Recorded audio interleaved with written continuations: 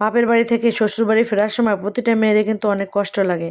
তো এই যে বাপের বাড়ি হচ্ছে একটা শান্তির জায়গা এবং আনন্দের জায়গা। তো এই যে কয়েকটা দিন আমার ছেলে মেয়েকে নিয়ে এই যে আমাদের পাড়ার ভাইয়ের বেটিদেরকে নিয়ে কত সুন্দর সময় কাটিয়েছি, কত সুন্দর সুন্দর মুহূর্ত উপভোগ করছি। তো সেই দিনগুলো কেমন যেন আমার তাড়াতাড়ি কেটে গেছে। তো আজকে আমার বিদায়ের পালা। তো শ্বশুরবাড়ি কীভাবে কী গেলাম, সেখানে যে কী কী কাজ বাজ করলাম সেই নিয়ে থাকছে কিন্তু আমার আজকের ভিডিওটি। আসসালামু আলাইকুম এভরিওয়ান। বাপের বাড়িতে আজকে আমার শেষ সকালটা। তো ওই যে ঘুম থেকে উঠে মা আমাকে যে এক প্লেট রসের পিঠা দিয়ে দিল। তো রসের পিঠাটা কিন্তু বাসি পিঠা, এটা কিন্তু সকালবেলা খেতেই ভালো লাগে। আর পিঠা যতই বাসি হয় তাতেও বেশি কেমন যেন মজা লাগে বেশি।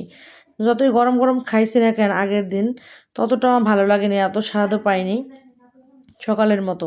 তো ওই যে খেয়ে দেয়ে আমি একটু গোছগাছ করতেছি, সব কিছু রাখি আমাকে সাহায্য করতেছে। আর আমার মাও ওই যে দেখেন খাইয়েছে ওকে তালের গজা, তারপর আবার ব্যাগ ভরেও দিয়ে দিচ্ছে। এই হচ্ছে মা, মার মতো আসলে আপন কেউ হয় না। বাপের বাড়িতে মা বাবা যতদিন বেঁচে আছে ততদিন এই বাড়িতে আদর যত্ন আছে।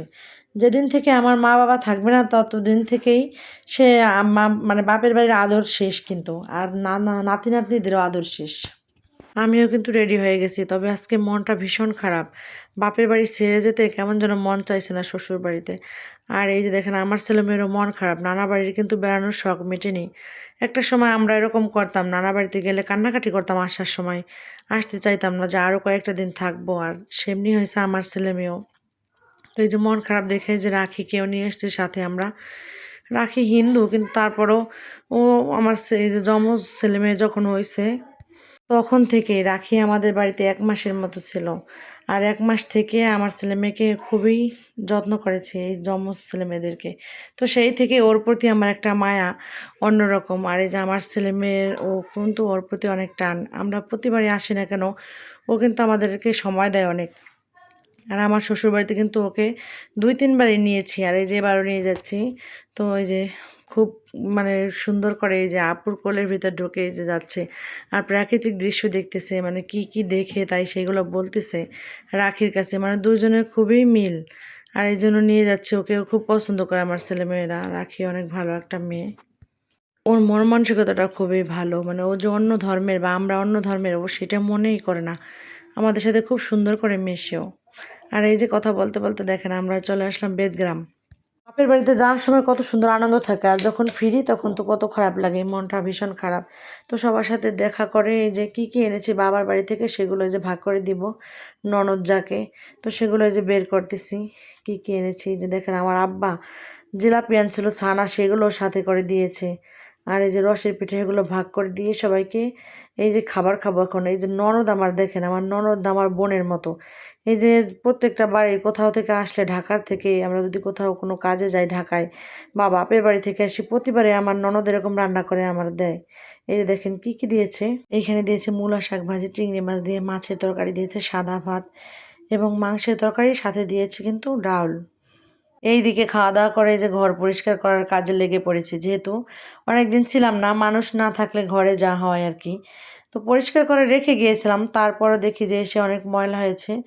আর ইঁদুরের বসবাস যেহেতু আমার ঘরের ভিতরে, তো মানুষ ছিলাম না, ইঁদুরে এই কয়দিন শান্তি করে আমার ঘর দরজা একেবারে নষ্ট করে দিয়েছে।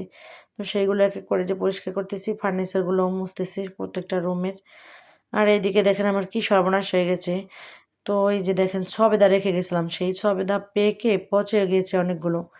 আর এই যে মানুষ না থাকলে কি অবস্থা দেখেন, ইঁদুরে কি করছে, পটি করে আমার রান্নাঘরটায় নোংরা করে ফেলেছে। আর এই যে পুরো ঘরটা অনেক নোংরা হয়ে গেছে। তো এগুলো আস্তে আস্তে করে কিন্তু পরিষ্কার করব। এই যে প্রত্যেকটা রুমে অনেক ময়লা হয়েছে, তো এগুলো পরিষ্কার করতে করতে আজকে আমার অনেক সময় লেগে যাবে। আর যেহেতু বাপের বাড়িতে বেড়াতে গেছিলাম, এই কদিন আনন্দ করছি, মজা করছি, সেই মজার এখন ঝাল বেরোবে। তো এই যে দেখেন অনেক দিন দেখা যাচ্ছে জানলা কপাট আটকানো ছিল, ঘরটার ভিতরে কেমন যেন একটা গন্ধ গন্ধ হয়ে গেছে। তো প্রত্যেকটা রুমের যে জানালা খুলে দিয়েছি। আর এদিকে আমার মেয়ে গোসল করতে ঢুকেছে। তো গোসল সেরে দেখেন সাজুগুজু করতে বসেছে রাখির কাছে। তো রাখি কিন্তু সাজাতে পছন্দ করে, আর আমার মেয়েও এক সাজুনি বুড়ি হয়েছে। এই যে নেল পালিশ লাগাইছে দেখেন কত সুন্দর করে। এইদিকে এই যে আমার ছেলেও বলতেছে ও নাকি নেল পালিশ লাগাবে, তো দুই সাজুনি হয়েছে। এইদিকে টুকটুক করে সব রুম আমি ক্লিন করে রেখেছি, যেহেতু অনেক দিন ছিলাম না, বিছানাপত্র সব পাল্টে ফেলেছি। তো ইঁদুর আছে যেহেতু ঘরে, তো ইঁদুর চলাফেরা করছে বাচ্চাদের বিছানাপত্র যেহেতু, এই জন্য আমি একটু পরিষ্কার করে ফেললাম, বিছানাটাও পাল্টে ফেললাম। আর এইদিকে রাখি যে ঘুমাচ্ছে এখানে।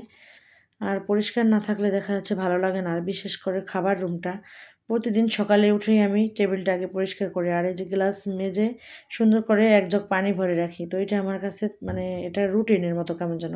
আর আজকেও ঠিকই আমি এটা করছি যে পানি না থাকলে কেমন যেন বাচ্চারা পানি খেতে চায়।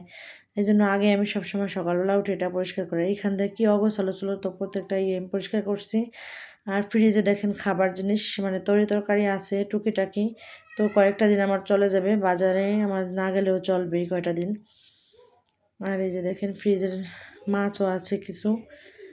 এই যে এখানে বড় মাছও আছে, ছোট মাছও আছে।